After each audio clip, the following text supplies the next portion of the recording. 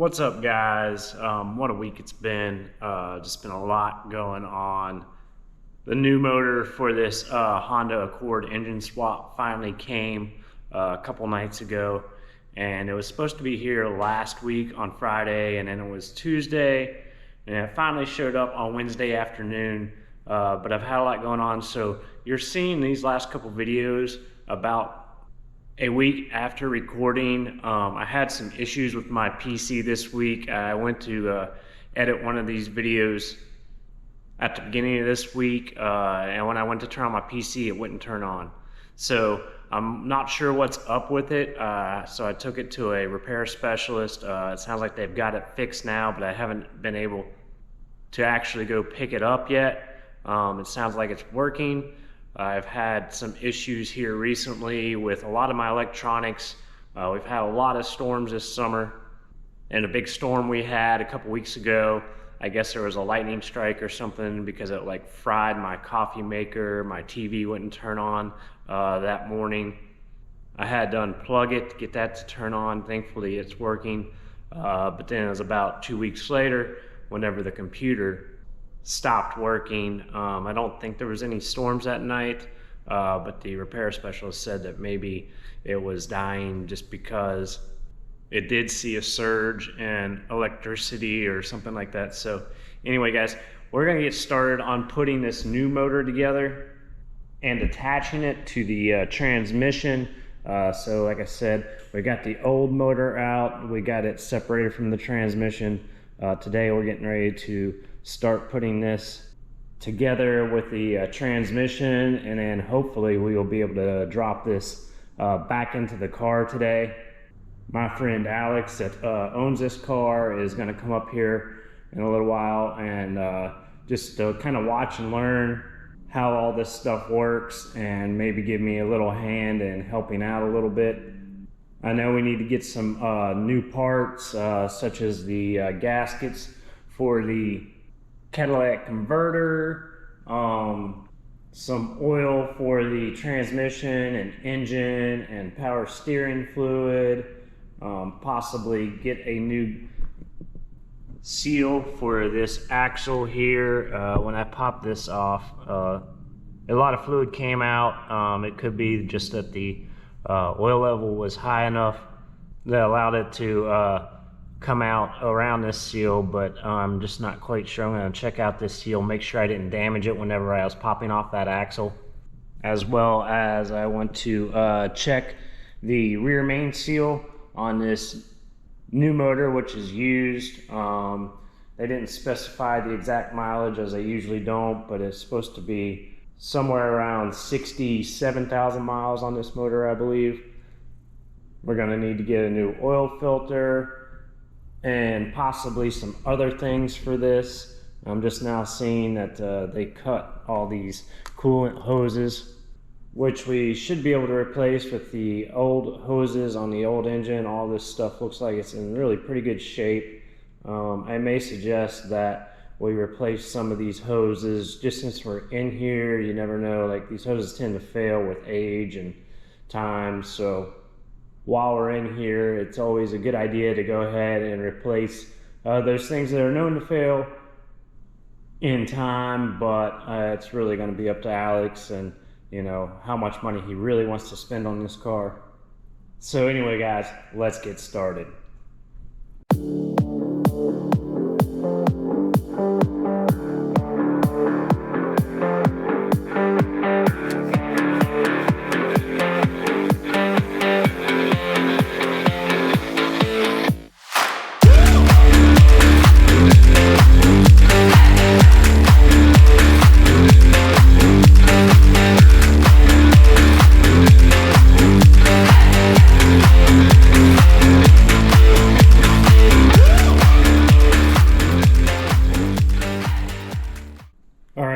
I got most of the wiring harnesses and hoses, etc. that when they pulled this motor, they simply just cut them off. So I'm in the process now of starting to take some parts from the old motor, put them back on. I got this wiring harness on. I see that this sensor here, whatever it is is broken off. There's a special tool that's used to take this off, which I don't have, so I'm either gonna have to get that tool or find some other way to get this off, or maybe just take off this whole housing. The big thing I see there though is on the old motor, that housing has an additional sensor in it that's not on the new motor. So I'm not sure what to do about that yet. I gotta do a little research, try to figure that out. I also got the torque converter out, bolted from the flywheel, so we can get ready to start putting that on the new motor. Like I said, normally I would replace rear main seal anytime I'm doing a job like this, but one thing I noticed is these are a special bolt head pattern. Again, don't have the tool for that. So I'll discuss that with Alex when he gets here. He should be here any moment. And then we can continue rocking on getting this new engine ready to be bolted back to the transmission. All right guys, so I was just explaining to Alex the situation with the torque converter and rear main seal.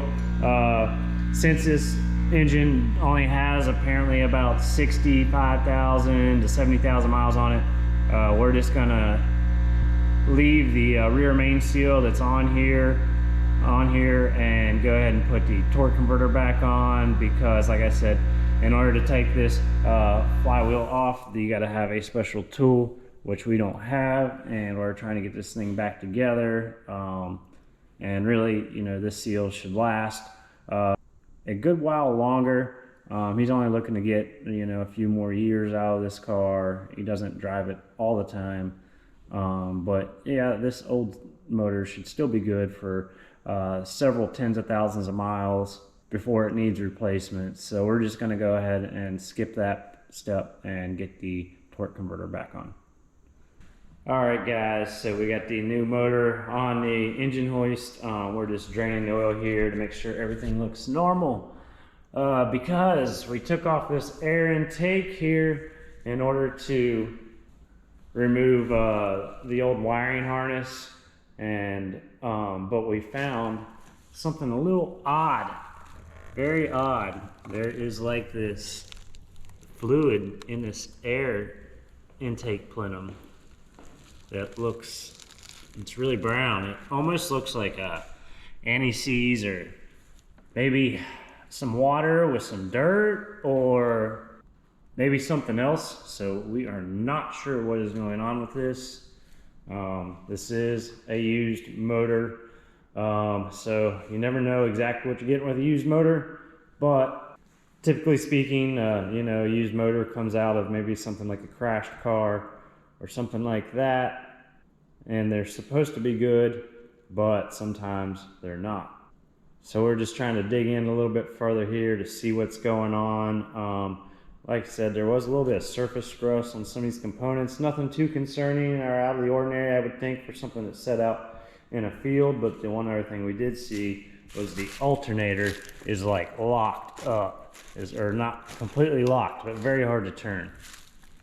So yeah, we're trying to figure that out now.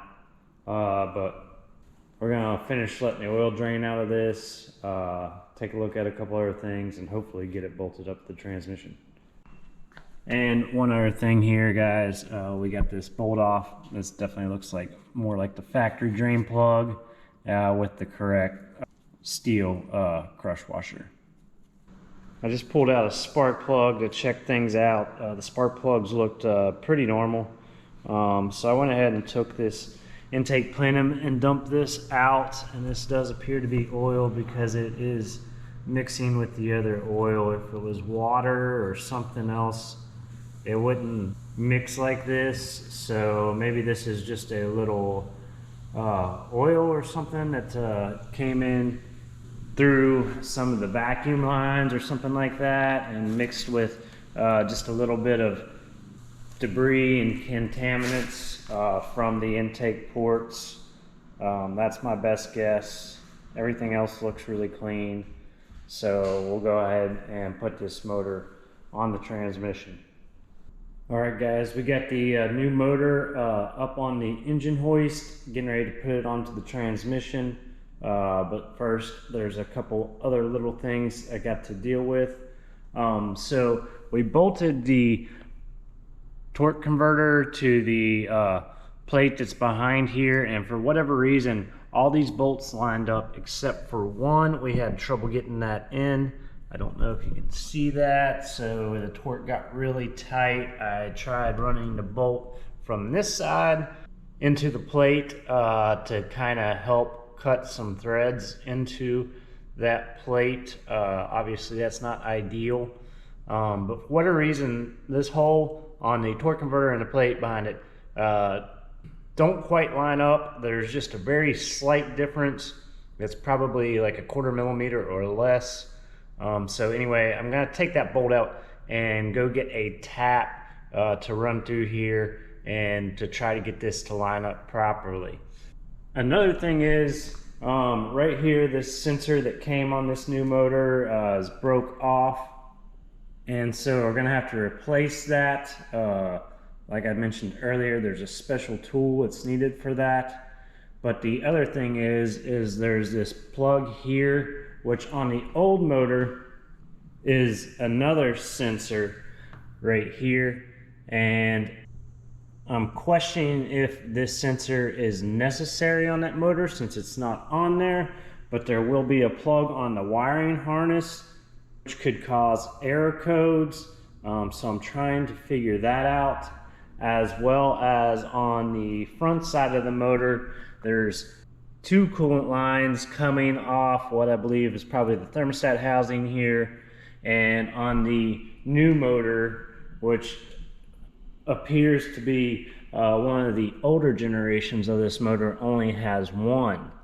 The problem with that is these coolant lines, one, I believe this one runs to the heat exchanger inside the car for the heat, but then the other line that's not on this one but is on the old motor runs into this housing here on the transmission. So I believe I'm gonna have to pull off this housing on here and put this on the new motor. Now it looks like I could do that by simply removing this one tube here out of this port, but one other thing is the lower radiator hose housing here is slightly different than what is on the old motor. So that means that the lower radiator hose would not fit. So I am just debating on removing this entire housing and putting it on the new motor, or just trying to do the pipe and get a different hose. Anyway guys, I'm about to figure that out now and go run and get this tap, and then hopefully get this thing all set up to where I can bolt it to the transmission so we can finally get this new motor into the car.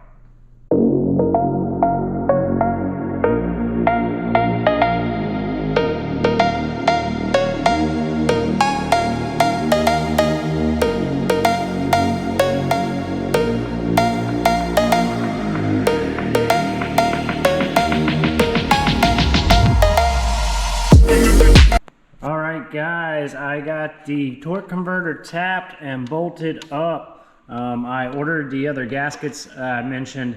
They're not going to be here until tomorrow, but I'm going to go ahead and try to get this engine and transmission bolted back up. One problem I do see is this sleeve that guides the transmission and engine together, this guide pin.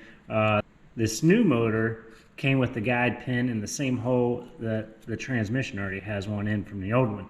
So I got to get that knocked out first, but then we should be able to get this thing bolted back together.